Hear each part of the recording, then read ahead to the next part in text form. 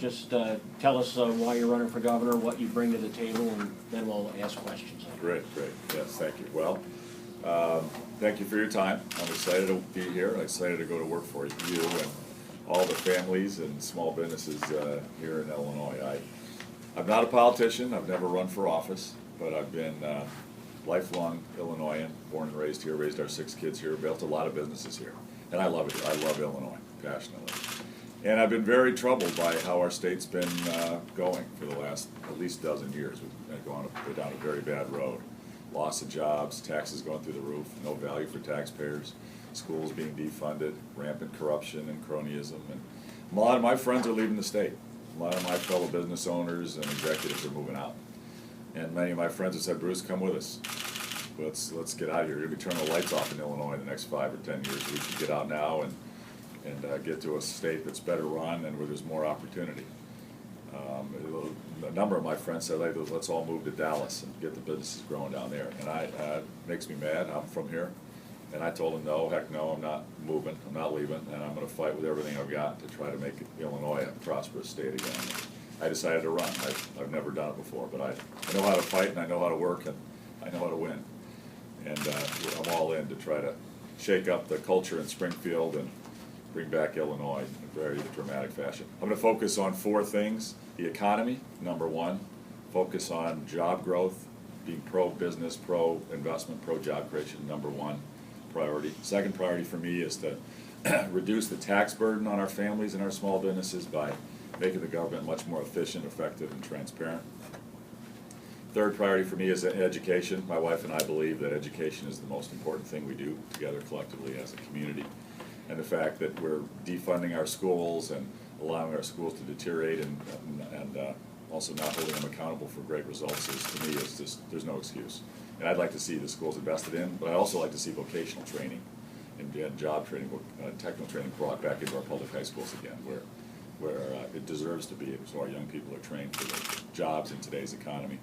And then the fourth priority for me is to try to deal with this corruption. This is it's a long time problem in Illinois, the rampant corruption and self-dealing, cronyism, patronage.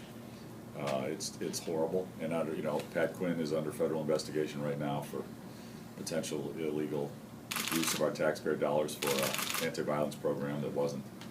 But we've had 4 out of our last 7 governors go to prison. It's just a tragic circumstance. We deserve so much better. We got the best people in America, hardest working families. We have the best location of any state in America. We have the most fertile farms in America, hard-working farm families. And we're the capital of the heart of the United States here in Illinois. We should be thriving. We should be booming. We should have one of the lowest unemployment rates in America rather than one of the highest.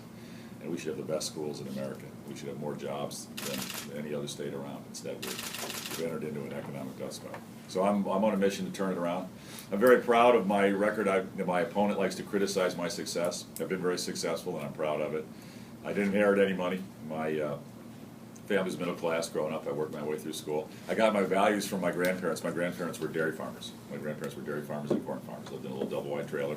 Didn't have much money. My grandfather was also a union guy. Worked at the Hawthorne Melody factory making butter and cottage cheese. But he taught me my values. He's the kind of guy who put $3 in the collection plate every Sunday morning, even when sometimes it hurt to part with $3. He believed in giving back. And he taught me my 3 values: hard work, great education, and giving back in the community. And I try to give back every way I can. I believe, as the Bible says, to whom much has been given, from whom much is expected in return. I've done well financially, and so I give back. My wife and I donate many millions of dollars to schools, libraries, YMCA, Red Cross, teacher training. We devote a lot of money to, especially to education, and especially the education in communities with lower incomes, where the schools often are inadequate. And who I've been working for my whole business career has been taxpayers in Illinois and around America, and teachers in Illinois and around America, and government workers in Illinois and around America, because I've been investing primarily pension money in my venture capital firm. And I'm proud to say, over the last 32 years that I built that investment company, we had one of the best investment track records of any venture capital firm in the country. We generated almost, not quite, but almost net 20% compound annually for 32 years. So it made a great retirement for our teachers, made a great retirement for our state troopers and government workers, and we saved taxpayers hundreds of millions of dollars that they didn't have to put into pensions, because we did so much better than the pensions were doing on their own. I'm very proud of that record. So I'm going to be a bipartisan problem solver. I'm a Republican. I believe I'm a free enterprise conservative Republican, but I'll work with Democrats and Republicans to get major things done in the General Assembly. I'm actually going to move to Springfield. It's a novel idea, but I'm actually looking forward to moving to the governor's residence. To me, it's an honor to live there. That's the people's house. It should be treated with respect. The government should be run from there.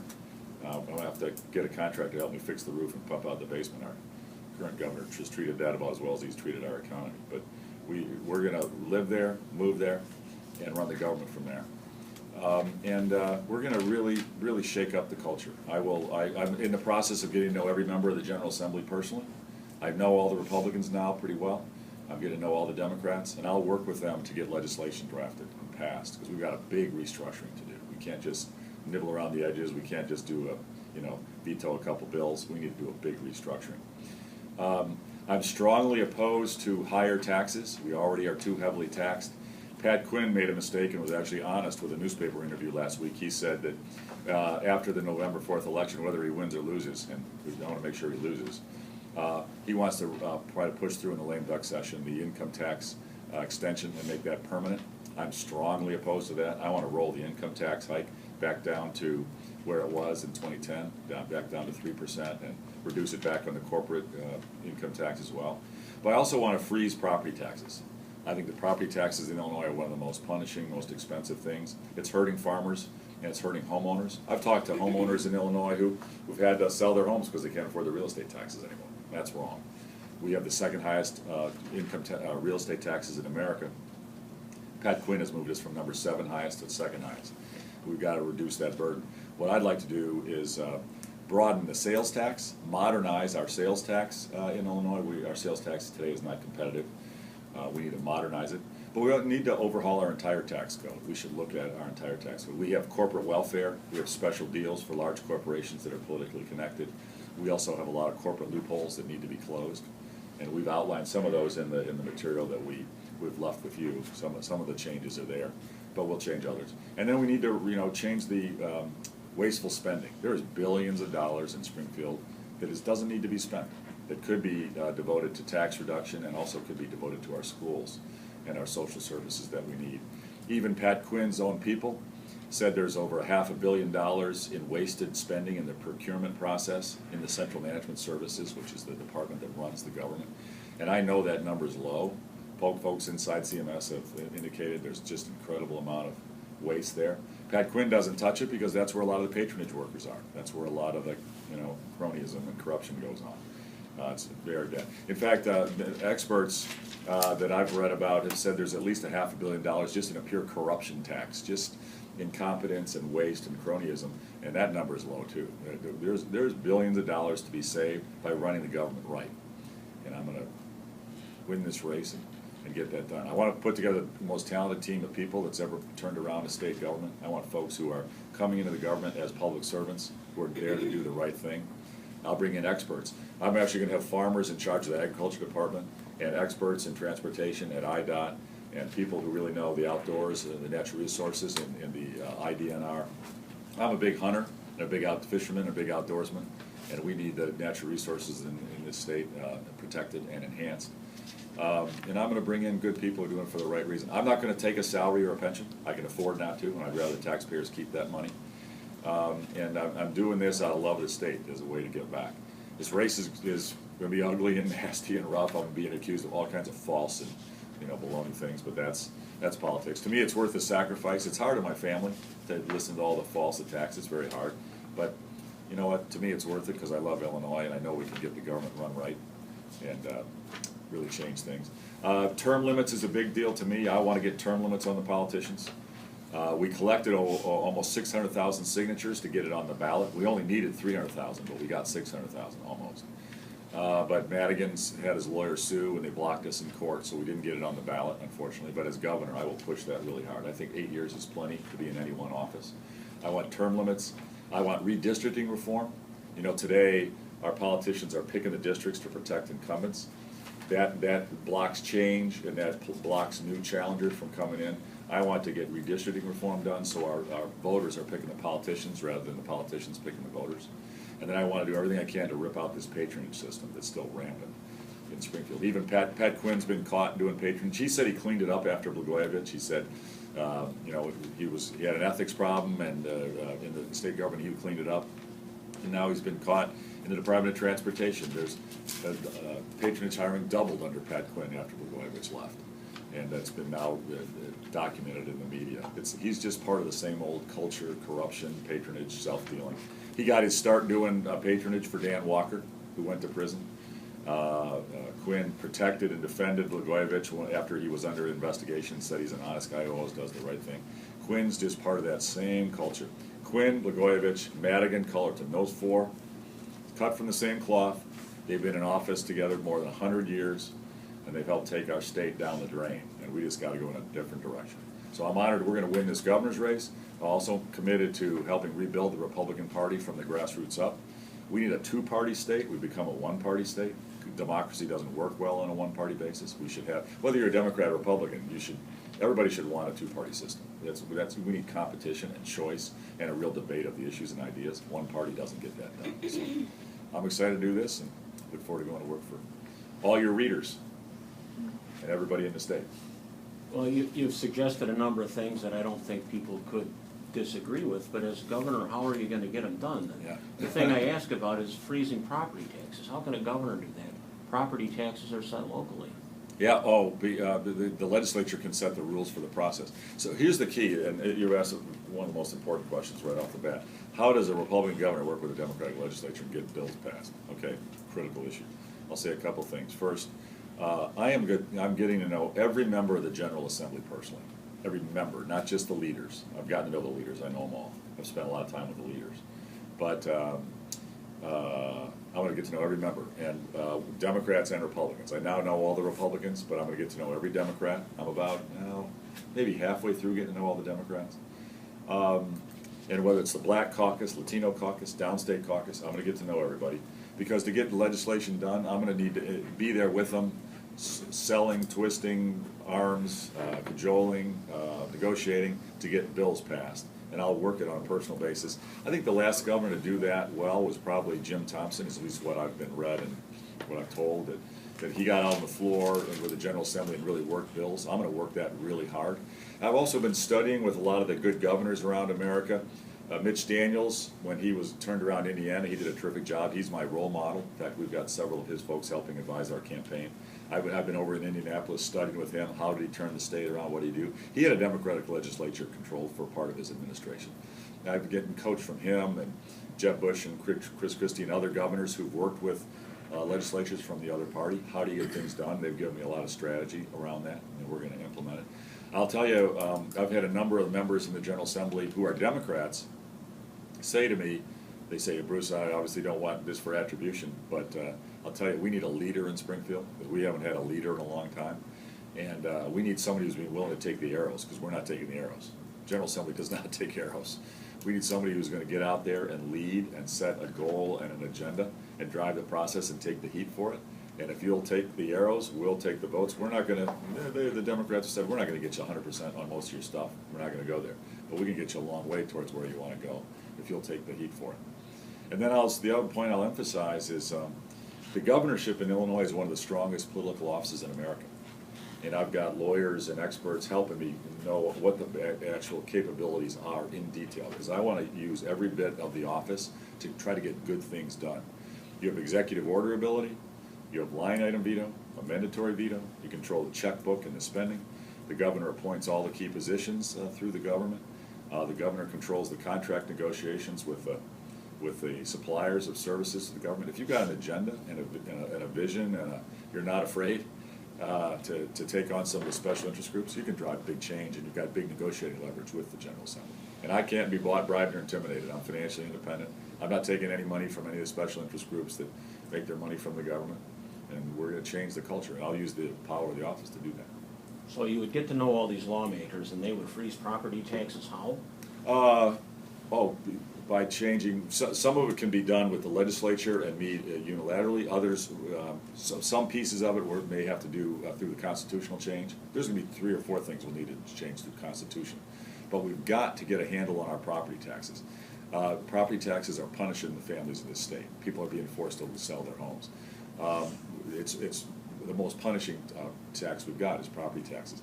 But I want to take on the spending problem to get the pressure off property taxes. How do we do that? I'll tell you two things. First, one of the earliest things I'll do as governor is form a task force between myself and my running mate Evelyn Sanguinetti, mayors from around the state, county chairmen from around the state, and school superintendents from around the state. Form a task force, give us 6 months, and the goal is rationalize the layer cake of government in Illinois. We have 7,000 units of government, which is, I think, roughly double the average state, and we have 2,000 more units of government than the number 2 state, which I believe is Pennsylvania. We do not need 7,000 units of government. They have pensions, they have cronyism, they have patronage, they have, you know, a lot of spending that could be put to other places. But we also, as I've traveled the state, I've heard from mayors who've said, Bruce, the state puts all these unfunded mandates on us. The state puts regulations, the state puts restrictions on our pensions, the state tells us what to do, and then they don't fund it, and it forces us to raise property taxes. I'll be on a mission to reverse and eliminate as many of the unfunded mandates as I can. And I believe if we come up with a game plan, change the regulations, change the unfunded mandates, and change the structure, come up with a comprehensive plan, this is not rocket science. I think if we go to the General Assembly with a comprehensive plan that's supported by the governor, many members of the General Assembly, and the mayors, county chairmen, and school superintendents, I think we can get some big change made. I tell you, I've already begun to talk to mayors and county chairmen about it, and they've said, boy, Bruce, I would love to be on that task force. And here's 10 ideas already. Because they're living it. Their hands are tied by the government in Springfield, forcing them to spend money that they don't have. And I'm going to change that system in a substantial way.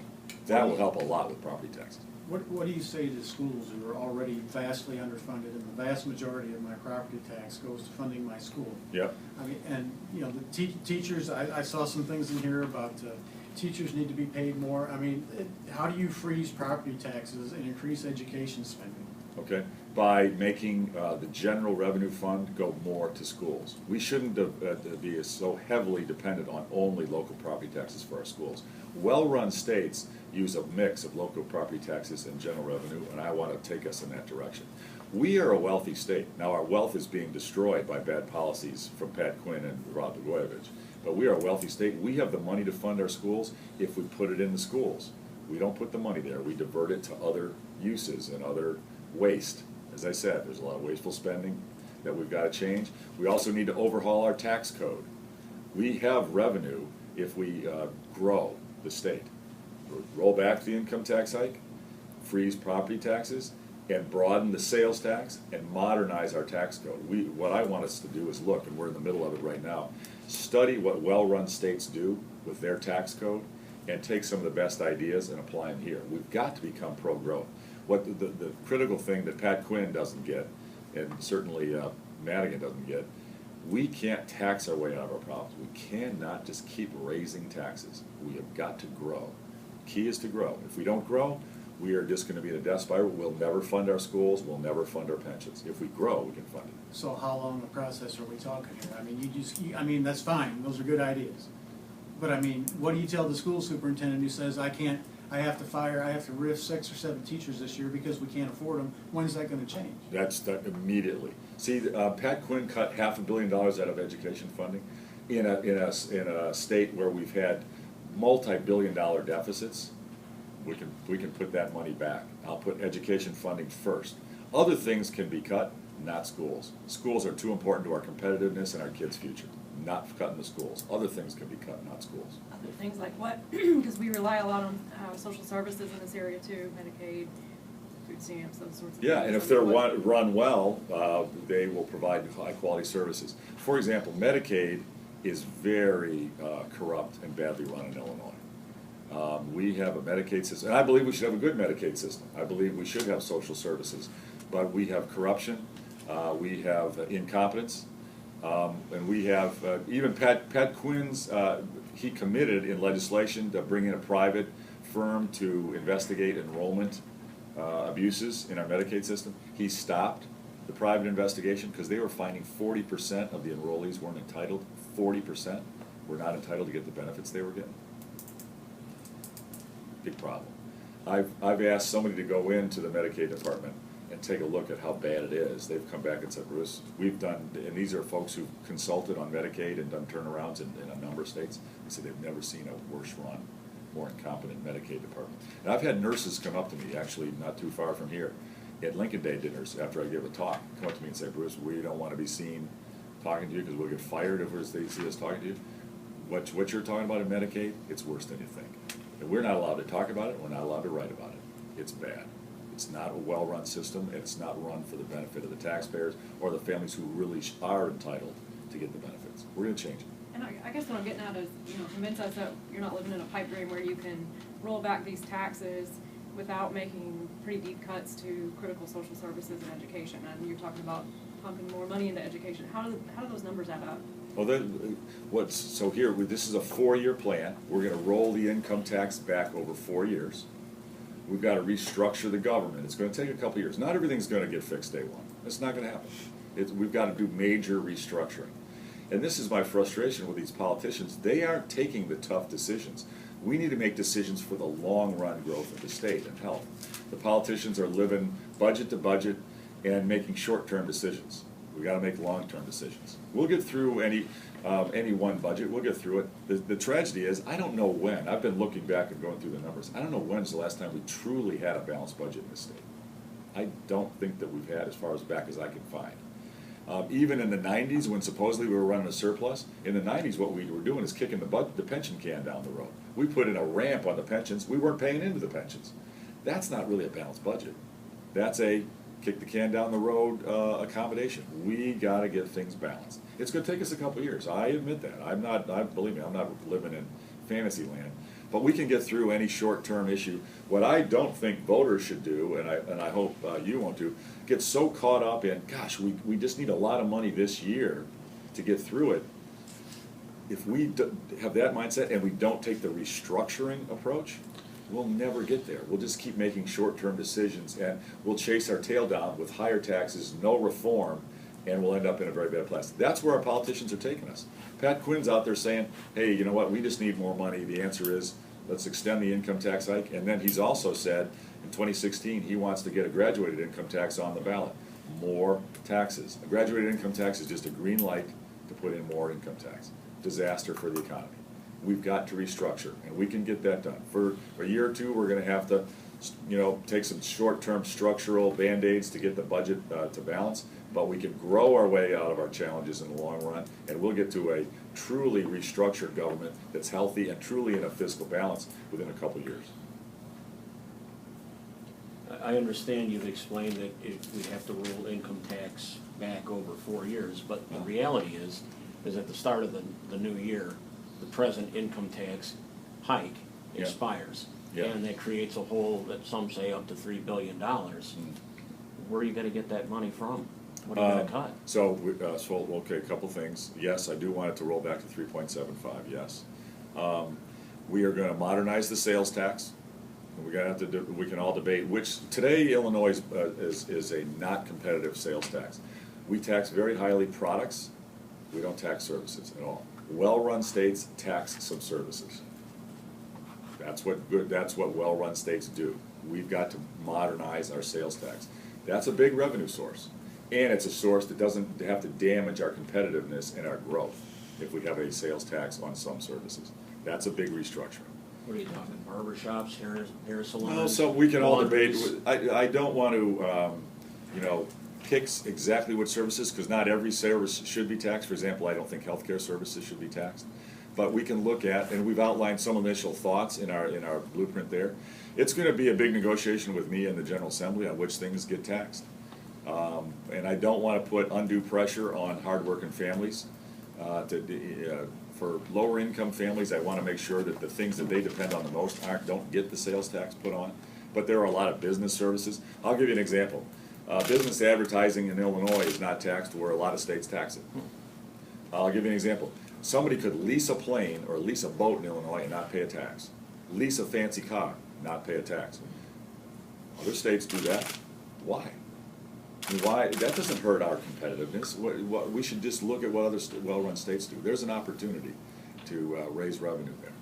And then if we cut the wasteful spending, and again, I think we can start to save hundreds of millions of dollars per quarter within about 6 months. This is not a, you know, there's a lot of cuts to be made that are very impactful. In that, I mean, that just sounds like you're robbing Peter to pay Paul, though. If you're talking about cutting the income tax, but at the same time, you're gonna hit me to tax other services I'm getting, how is that a benefit to me? Well, it's not, a lot of those services aren't what you're getting. They're business-to-business services. I own a business. Okay, well, then it depends on whether if you're in a service business, you might have a sales tax on your service. Maybe, I don't know. And yet you just said small businesses are struggling. I mean, I don't get where the benefit is. But that's what the well-run states do. There's a modernized sales tax. That's not my question. My question is, how does that benefit me in the long run? By having us be a growth state. The well-run states, the states where businesses like yours go, are the states that have low or no income tax. I'm not advocating no income tax. I just want to take it where it was and have it be flat. Low, flat income tax, broad base. Here's the strategy. Broad base, low rates. That leads to growth. Right now, we don't have a broad base. We don't tax any services. That's not a broad base. We should have a. I think we're good on photos. Okay. Okay. So that's philosophy, and it'll benefit you very much in the long run. If we get a booming economy, your business will do very well as the whole economy booms. That's the goal. That's the critical thing. We've got to become a growth state. We're the #1 state in America for people who want to leave. 50% of Illinois families in the last survey want to leave the state, and businesses are leaving. You know, the #1 surprise of this campaign for me is how many companies are leaving the state when I talk to them.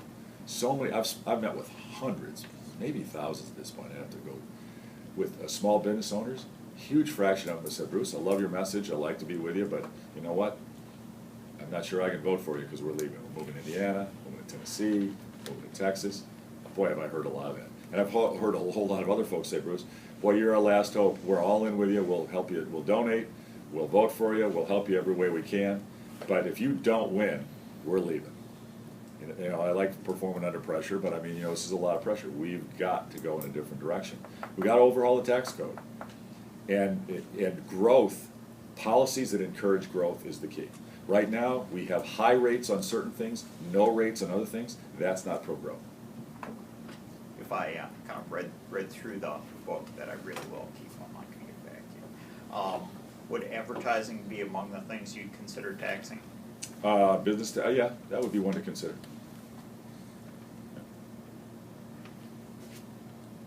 Yeah. So, overhauling the tax code, bringing down the wasteful spending, and putting, some of the biggest things we've got to do is change the regulatory environment here. Our regulations on business are hostile. The #1 challenge we got is workers' comp. Workers' comp in Illinois is broken and corrupt. It's an abusive system. There's not really causation in the system. There's no necessary link between an injury and having the injury be work-related, or at least the link here is very tenuous, I'll say. And it's a very expensive system where the trial lawyers make a lot of money from the process. Well, we were endorsed day one in this election by the CEO of Caterpillar, Doug Oberhelman in Peoria. Oberhelman told me that workers' comp costs Caterpillar 5 times as much here in Illinois as it does in Indiana. And Caterpillar is growing their jobs out of Illinois. Has been for a long time. Caterpillar, I believe, I don't have the exact date, but I know he told me that over the last, I think it might have been 15 years or 20 years, Caterpillar's employment in America has doubled. No growth in Illinois. In fact, it's down a little bit. They've got billions invested here. They'd like to grow here. Illinois is not competitive. Workers' comp, the tort system, the litigation system, the liability, the lawsuit system in Illinois, punishing the doctors, punishing the healthcare providers, punishing to a lot of construction firms and a lot of transportation companies. Lawsuits, liability, very one-sided. And again, we should have regulations and people should be liable for bad behavior. I believe that. But we've gone to one end of the spectrum where the trial lawyers have rigged the system where companies and physicians are unduly, I think, punished in Illinois. And that makes us not competitive. and other regulations, other types of regulations here, whether they're environmental restrictions or labor regulations or other things. We have the red tape and restrictions, fees, charges, surcharges. We're just hostile to business. We rank at the bottom of the surveys. Every survey I see of attractiveness for business, CEOs' rankings of states where they want to do business, we rank really hard on hard work and really high. Great people, great location, great infrastructure, although it's deteriorating. Businesses would like to be here, but they rank us at the bottom on regulations and taxes. To the point you were making about, well, how does this benefit us? When business owners rank Illinois at the bottom on taxes and regulations, that kills us. And you were saying, well, how does it benefit you if we change, if we robbing Peter to pay Paul? Texas, booming. Now they've got some advantages we don't have. They have a much better energy sector than we do. That helps them a lot. I mean, I'll grant you that. Although I'd love to see Southern Illinois booming with energy development. I am very pro energy development in Southern Illinois. I think we can do more hydraulic fracturing here. I believe we can have more coal development here. I believe we can have more oil and gas development here. And that can help us a lot on tax revenue generation and job creation. Okay, I live in Saline County, one of the areas that's targeted for fracking. Uh-huh. We get all our water from groundwater sources. Uh-huh. If they foul our water, my business is worth zero, my home is worth zero. So why should I, as a business owner, a landowner who depends on that for my retirement, be at all thrilled about the possibility of fracking when I stand to lose every penny that I've worked for 40 years? Well, I've been studying the situation pretty closely. I've talked to a lot of experts on both sides. Hydraulic fracturing has been occurring in America since the 1940s. No, it hasn't. Not horizontal fracturing hasn't. That's vertical, and that is a radically different process. Okay, I've talked to folks about the process, and there's been no, and if you have one, I'd love to see it, there's been no documented case of groundwater destruction by fracking. Pennsylvania just released a study saying that about 240 wells have been fouled by fracking. That was released in the last 10 days to 2 weeks. Okay, we'd love to see it. That'd be great. That'd be helpful. Probably have I can forward it to somebody. I still have. That'd be great. Give me an email address. I'll forward it to you. Yeah. So it's a huge economic growth opportunity, and it can be done responsibly. I think it can be done safely. We go back to a comment you made earlier on the graduated income tax being, not sure exactly what you said, sort of an excuse to raise taxes again. Yeah. Sort of the flat tax or the graduated tax. You know, either I guess you would probably argue could be manipulated. I mean, the flat tax got raised from 3% to 6%, so there's 5%, so there's an opportunity to sort of run that into the ground in and of itself. A flat tax, in your opinion, is fairer than a graduated tax? That's much more pro-growth, much more pro-business, pro-job creation. Yeah. The fastest growing states tend to have flat taxes, simple taxes, and a broad base.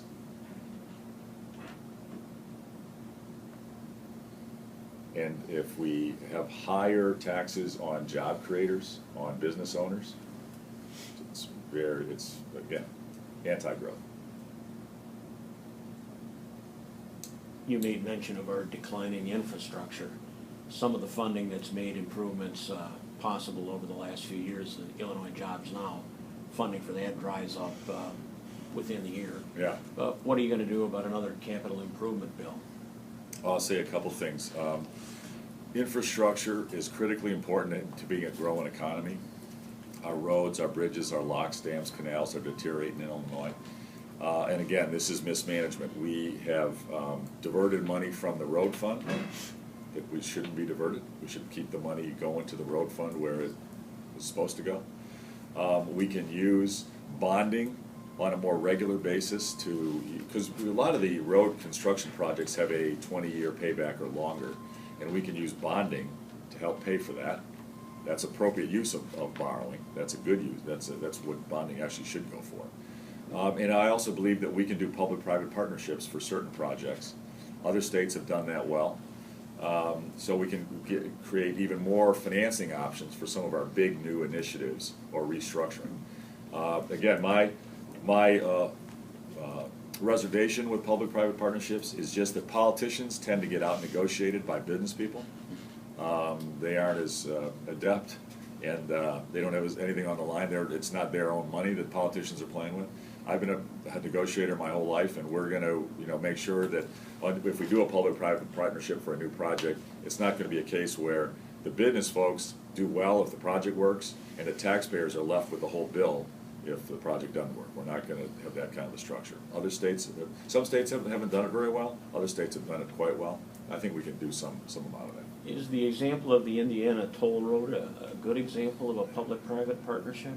I know that in the short run it was good because the state made a ton of money selling it, and the people who bought it overpaid for it. So I give Mitch Daniels a lot of credit for getting the price he got. Taxpayers did very well. The buyer, I'm told now, has had to restructure and declare bankruptcy, so that has to get restructured. I don't know the physical condition of the road. I have to go check and see, but and understand the math to have a real bottom line on that deal. I know in the short term the taxpayers did quite well. Longer run, we've got to see what's happened in the status of the road. You talked a little bit about the two measures that won't be on the ballot this November. Talk a little bit about the one that will be the minimum wage. I know it's not binding, but your thoughts. Yeah, so minimum wage is a complex issue, and we've got to be thoughtful about it. I support raising the minimum wage, but we also need to combine it with doing more than just raise the minimum wage. If we only raise the minimum wage, we could cause more unemployment. We could cause small businesses to suffer. We could cause small businesses to leave or to replace workers with automation or other things. But I think it's long overdue to raise the minimum wage, and I support it. I think the smart way to do it, there's two ways that I'd support doing it. One is to raise the national minimum wage up so it's a little bit higher than Illinois'. That pushes Illinois' up, and we'd all be at the same level playing field. I support that. Today, one of the reasons we have higher unemployment than the states around us is our minimum wage is higher than the states around us. So, level playing field, I support that.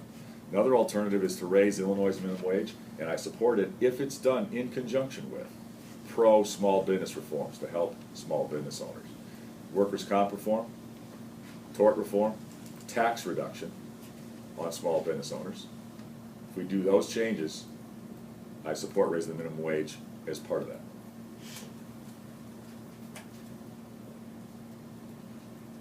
Redistricting reform, you support that, but it's a constitutional issue. Yeah.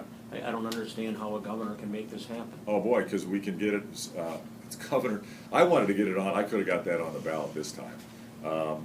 Either as governor, I'll push it through the General Assembly, and then it'll automatically be on the ballot next election.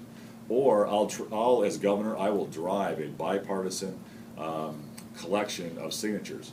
The folks wouldn't let me collect the signatures this time because they knew I would, and that was I think the folks who were running that process, frankly, weren't all that interested in getting it on the ballot. That's speculation on my part, but they wouldn't let me do it.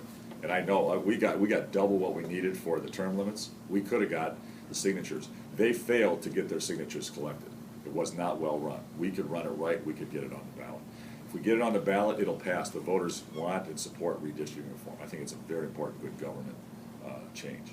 And the governor can help lead that process and be a cheerleader and an advocate for it.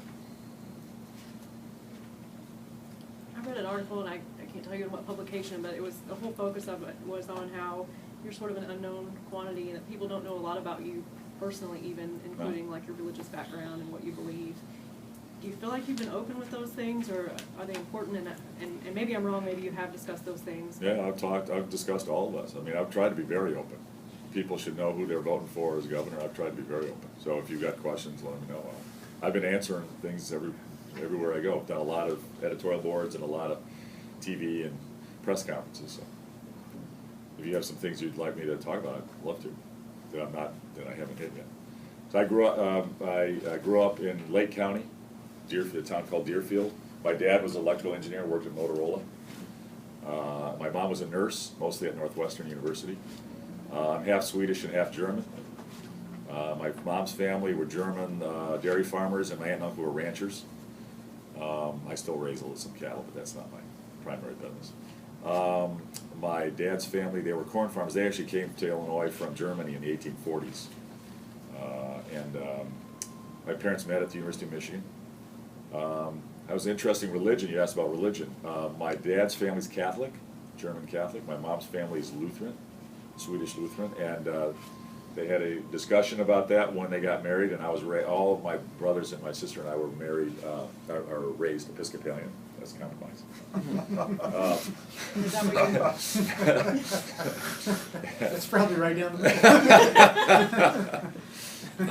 is that what you continue to identify with? I was baptized and confirmed Episcopalian. I'm a big outdoorsman. I'm a big hunter. I'm a believer in the Second Amendment. Bird hunting is my favorite passion. I'm also a very big Harley rider. I used to race motorcycles actually in high school, dirt bikes, but I'm a big motorcycle rider. And I love the outdoors. I love to hunt, fish, camp, canoe. I'm a big outdoorsman. Since you said that, I'm the outdoors rider here. What are your thoughts about the DNR? What would you do, change? Yeah, it's a great question. So, boy, I've been told, and a lot of my hunting buddies are just livid, that the IDNR is badly run. They've run a lot of the people who have knowledge and expertise out of the department, and they put some cronies and some people who aren't particularly competent into the department. It's a tragedy. Unfortunately, we're seeing that in all the departments. IDOT, IDNR, agriculture. They don't have farmers in charge of the agriculture department. They don't have people with an ag background. I come from an agriculture. My mom's family, all agriculture. I'm all in for farm families, and I'm all in for hunters and fishermen and outdoorsmen. Protect our water, protect our natural resources, create opportunities for hunting and fishing. Big deal to me. That's a big part of the American heritage. And if you look, I haven't interviewed myself yet, all the people in IDNR, but I've been told good people have been run out. There's still a few left, but there's a lot of people who aren't good and who don't really know that much about hunting and the outdoors and aren't really committed to it, and that's wrong. I think that was Blagojevich administration had a lot to do with that. That's when they lost all their. Yeah, and about Quinn hasn't improved it. The license, the surcharge on the license plate, was that something you supported? I don't know enough about it. I generally don't like surcharges. I don't know. I have enough to have an opinion on that. But there's no reason we can't have a well-run Department for Natural Resources with folks who have real commitment and knowledge of the outdoors and or expertise in biology and other things, and have them in the department. Would you be? Missouri has one of the most highly regarded DNRs or whatever. I've heard that. It's called over there. They have a dedicated 1/10 sales tax. Illinois has to depend on the whims of the legislature every year for its funding. Would that be something that you might support? Well, I'll tell you, that would be something I'd consider. You're making a good point. See, we should study what do well-run states do? What's working? Let's look at what works. And I don't know that with Missouri, but when I say let's overhaul our tax code and our revenue model, let's look at everything should be on the table. Let's have flat rates, low rates, broad base. And maybe that works. I can't opine, but it sounds like it's worth a study. They have money, Illinois doesn't. Yeah, but I tell you what, I hear that all the time. People say, "Oh, Illinois got no money," and everybody says, "Illinois got money. We put it other places." Well, I meant specifically. Yeah. Fair enough. I could go all the way back to your initial comment about getting to know everybody in the General Assembly, and we kind of blew through getting to know this group that's somewhere between big and too big. So what does that look like both in the short term and over the course of a term? Yeah, so you know what? I was pleasantly surprised. There are a fair number of good people in the General Assembly. You know what? I like a lot of them in both parties. In both parties, there are some folks there that whatever. I mean, it's like any other large group. I look forward to working with them very closely. I've been a problem solver. Look, and I don't want a political career. I don't need a job. I don't need any patronage. I don't need any favors. I don't need money from anybody. I just want to get the government run right. And I don't have all the answers. Many of them have good ideas. I want to listen to them and get them involved. And I've had a lot of Democrats. I'm a big education reform person. I've been dedicated to schools. My wife and I have donated for schools and helping teachers my whole life. To me, there's nothing more important than education. And the fact that especially in America, we don't have great schools in every school district, to me it's virtually a crime. And the fact that kids in low-income families, kids growing up in poverty, tend to have the worst schools, That's fundamentally wrong. That's denying them their shot at the American dream. I have a big problem with that, big problem with that, and I want to change that. But you know what, and there are many members, for example, in the Black Caucus and Latino Caucus that know that what my wife and I have done for 25 years in school choice and school opportunities and higher quality education for low-income kids. And they're supporting us, and they're with us on a lot of these issues. We need more jobs. I know how to help drive more jobs in this state. We need value for taxpayers. I've had people come up to me and say, Bruce, I'm a Democrat, lifelong, I'm voting for you. We might have to sell our house because we can't afford the real estate taxes anymore. You know, we're suffering. Things are not run right. And we are a wealthy state compared to most states. Now our average income, our median income is falling in Illinois. And you know what's happened tragically this year? Somebody just sent me an article. Iowa has just passed Illinois for median family income. We were always much higher than Iowa. We've been falling, they're going up. Why? What are they doing well that we're not doing? Well, we ought to talk about it and figure it out. Maybe there's some ideas we ought to be stealing from them. Why is Texas booming while why is Texas the top growth state and we're the bottom? Well, some of it's energy, okay, but it ain't all energy. There's other things we could look at. What's Tennessee doing well? What's Indiana doing? Indiana is where most of our companies are going and a lot of our people are going. That's the number. What did Indiana do what's working for them? Why? I joke with Mitch Daniels. You know, I went over, when I was thinking about running two and a half years ago, I went over to see Mitch Daniels. And I said, tell me how you got this state turned around. I sat with him for a day, and I met with all these people. Get me educated. What worked? What didn't work? Why and how? And you know what? I learned a lot. Got some good ideas. And you know what he said to me? He said, Bruce, wow, you're going to be a good governor. I'm going to help you win. You'll be a great governor. But then he was only half kidding. He joked. He said, that after you win and become governor, let me ask you a favor. Don't change your workers' comp in Illinois too fast, because this is my #1 job recruiting tool for Indiana. And I said, Mitch, let me be crystal clear with you. I'm going to try to change workers' comp so fast to make your head spin. And I'm coming to Indiana after I win, and I'm going to steal 2 jobs back from you for everyone who stole from us. And he laughed, and he said, God bless you, Bruce, I hope you do. Because the reality is, Illinois' hostility to business is damaging the entire economy of the Midwest. And he's 100% right. In fact, Scott Walker was only half joking. He said, boy, we better hurry up and get the rest of our recruiting out of Illinois, because they take a lot of companies out of Lake County and McHenry County over into the border. He said, I saw one of the memos, he sent his team around, God, if Rauner wins, our recruiting's going to go down. We better get on this and start to get the companies that's committed to coming here before Rauner gets in. Well, I'm going to be very pro-business and pro-growth. I told Mitch, I was mostly joking, but I said, you know what, Indiana mostly be a cornfield if Illinois was well run. I mean, we have the people. We have the location, we've had the infrastructure. We should be thriving. We should be kicking the tails of these other states, and that's my mission. If we are a booming state, we'll have the money for schools.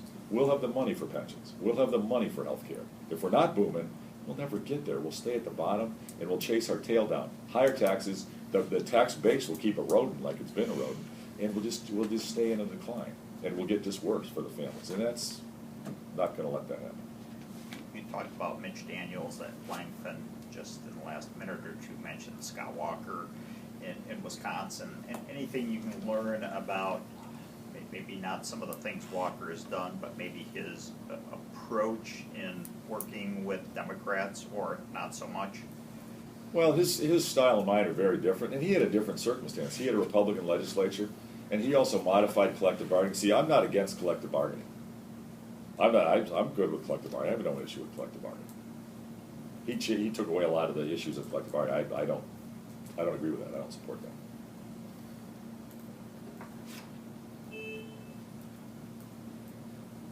But they put in some reforms I agree with. They've reduced the regulatory burden on business.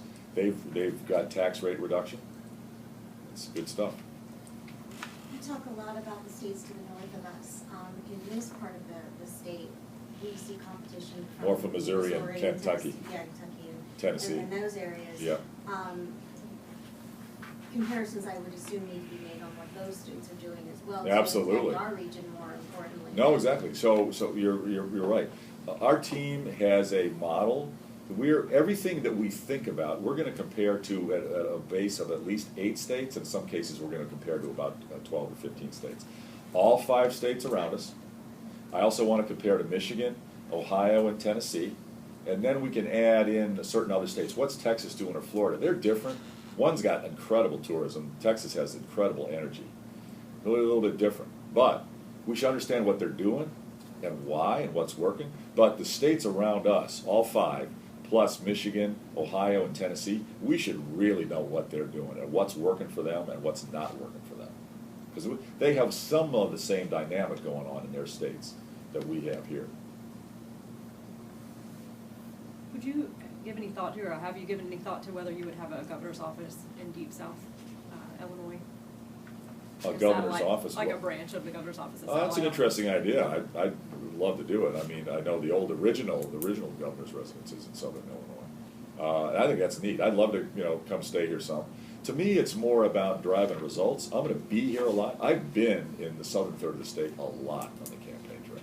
Frankly, I think it's the prettiest part of the state. But the folks are great, and this part of the state is suffering as badly as any with lack of economic growth. And we've got hardworking people. And when you look at it on a map and you see what's going on with St. Louis, the highway system, Indianapolis, Nashville, New Orleans, Chicago. This part of the state has a great location. And in terms of the riverways, with the waters and the highways, and with the farms that are here, and what we could have with the transportation, what we could have with more manufacturing here. And maybe some folks will disagree with me on energy. I think we can have more energy development here. So I respect, reasonable people can reasonably disagree. I think we have more energy opportunity here. This part of the state, I think, can be a strong economic performer if we get some pro-business policies. And I'm very committed to helping the whole state.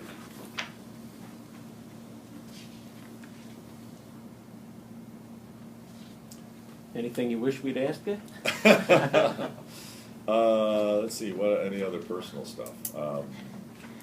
I feel like if people don't know me, I want to tell. What else do I? It's just the story I read.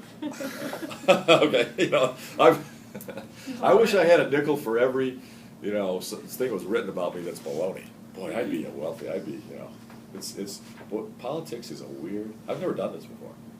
And good news is I have alligator skin. I mean, nothing bothers me. But I tell you, it's stuff that's written about me. It's just ridiculous. What's the thing you hear the most that is wrong? Because I'm rich, I don't care about people, or I don't understand. I shared a bedroom growing up with my brothers, and my dad did pretty well later in life, not early on. And my grandparents, they lived mostly in a trailer, and and this wasn't bad. I mean, God bless them. It's great. I frankly loved it. I loved living with them, staying with them a lot. But and I worked my way through school. I worked at McDonald's, which I love. I was a busboy. I was a waiter. I was, I had 3 paper routes. I loved them. I'm a workaholic. I love to work. I want everybody to be able to work. I want jobs for everybody. I understand how hard it is, and that's why I'm running. And I have a big heart. I'm a do-gooder by nature. I've told our kids they're not getting a big inheritance. We're giving away our money to help families.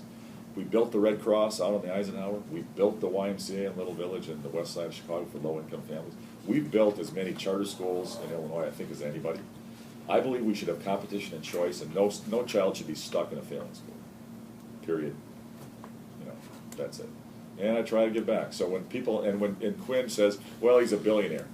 Well, first of all, I'm not a billionaire, but yeah, I've made a lot of money. And I'm proud of it. I never apologize for it. But somehow that's, when in America did we all decide, did somebody decide being successful is bad? How about if we actually have success in Springfield? I mean, I'm not perfect. I'll make some mistakes. I hope you guys will point them out and give me some advice. You guys are thoughtful. You're wrestling with the issues and writing about them.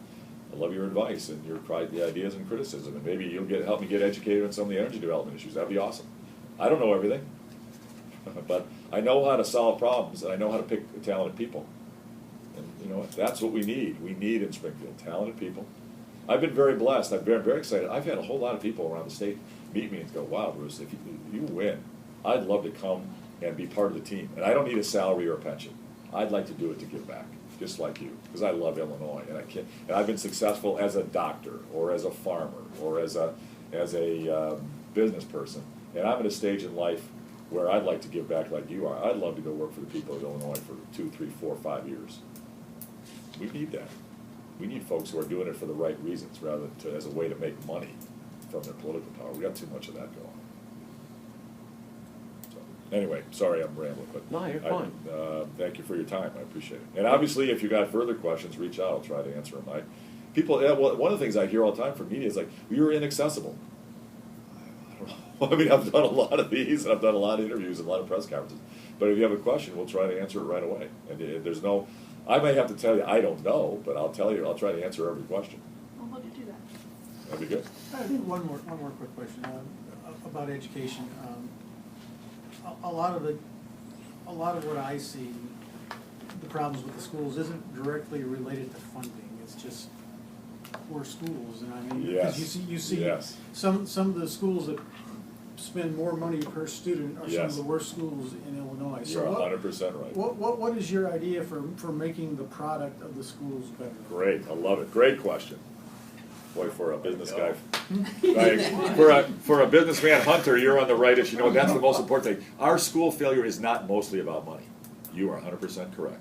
Now, it's hurting some school districts that really don't have money, but it's not really mostly about money. So let me give you, I could talk about this for 2 hours, but let me try to give you the 3 or 4 minutes. For example, the ISAT in Illinois. Let's just pick one thing. The Illinois standardized test is a travesty. It's one of the dumbest state standardized tests in America. It's only given a couple times, 8th grade and whenever junior year. And passing it means nothing. You are not ready for a job. You are not ready for college. You are not ready for anything. And to make matters worse, I'm not going to name names, but special interest groups that want to pretend like our schools are better when they're not to get No Child Left Behind money have dummied down the test and changed the cut scores to make it look like our schools in Illinois were getting better when they weren't. That, somebody should get in a lot of trouble for that. Nobody's gotten in trouble for it, but that's wrong. I believe we should use the ACT battery in high school, the 9th through 12th grade, in September and May. And we should use the NWEA battery in K through 8, September and May, and just see where our kids are at. Where are they along the way, objectively and consistently? There are hundreds of thousands of kids who've taken those tests around America for decades. We've got the data, and we can compare. How are we doing? Are our kids progressing towards, and what's our goal? I think we could set a goal. Should every student be at least 24 on the ACT? We could all discuss that, you know, or 22 or 21. There have been, I'll say this, school districts in Illinois where the teachers get 19. Okay, so let's set a goal and let's measure we can look how are the kids progressing, and over time we can tell which teachers take a student who's maybe a year behind and catch them up. We don't measure that today. That teacher should make more money, in my opinion. How about a teacher who gets their kids come in at grade level, but when they graduate with this teacher on average over time, they're probably half a grade behind. That teacher probably shouldn't ought to be a teacher. We don't know that. And it's not fair to the teacher to fire him or her just because the principal says, well, I don't like your shirt anymore, you're gone. That's not right. But if we've got the data to say, gosh, sir, you've been teaching math in 7th grade here for 10 years and your kids don't progress, that's a basis to take some sort of action. There's no reason we can't do that. And I believe in competition and choice. We should empower parents with the data. They should have the information. How are the kids progressing here? In some school districts, I'll give you an example. I've spent a lot of time on this issue. It's a big emotional issue for me. There are schools in Illinois where the kids come into the school a year behind and they graduate 18 months behind. Maybe it's still a year behind. That school, compared to others, is often considered, okay, well, the kids, you know, that's fine. They're only a year behind. That's okay. Well, how about a school where the kids come in 3 years behind and they leave 18 months behind? So that school has 18 months behind when they graduate. So by definition, in our system, that's a worse school than the one where they came in and a year behind. Well, the other one, they were flatlined, and these ones, they grew a ton. We should talk about student growth and improvement for the kids. That should be the measure, and we're not doing that at all. And I'll push that very significantly. I want to bring in experts in education. I'm not an expert. I've spent time on it, but experts in the Department of Education, and come up with ways to hold schools accountable and give objective feedback to our teachers. They deserve objective feedback. They don't deserve to be told, oh, you know, you're good or bad. Just how about some facts? Let's deal with some data and treat them right. I'm a big advocate for teachers. Teachers union sometimes fights with me on some of my ideas. Frankly, tenure I think is an adequate concept. I'm not a big fan of the existing tenure system to the degree that it protects incompetent teachers. That's wrong. That should not happen. Our students, our kids deserve better. And some people don't like merit pay. I believe if it's done based on objective performance, I think merit pay is a good thing. Some people disagree with me, okay, but I think it can be a good thing. It can be rewarding success. That's what probably you do in your business. I mean, there's no reason we can't have our schools reward success. What about core We competencies? Core- I'm sorry, We core can do comp- one last question because we have to head out. I believe that we can all discuss as a state for core competence. There's an issue, I'm asked all the time about Common Core, you know, this idea coming from the federal government. I'll say a couple things about that. First of all, I believe that we should have a consistent, rigorous way, objective way to measure student growth, and that's an attempt to do that. But I believe it's going to get politicized and dummied down and manipulated just the way the ISAT has. And I don't trust the politicians on this.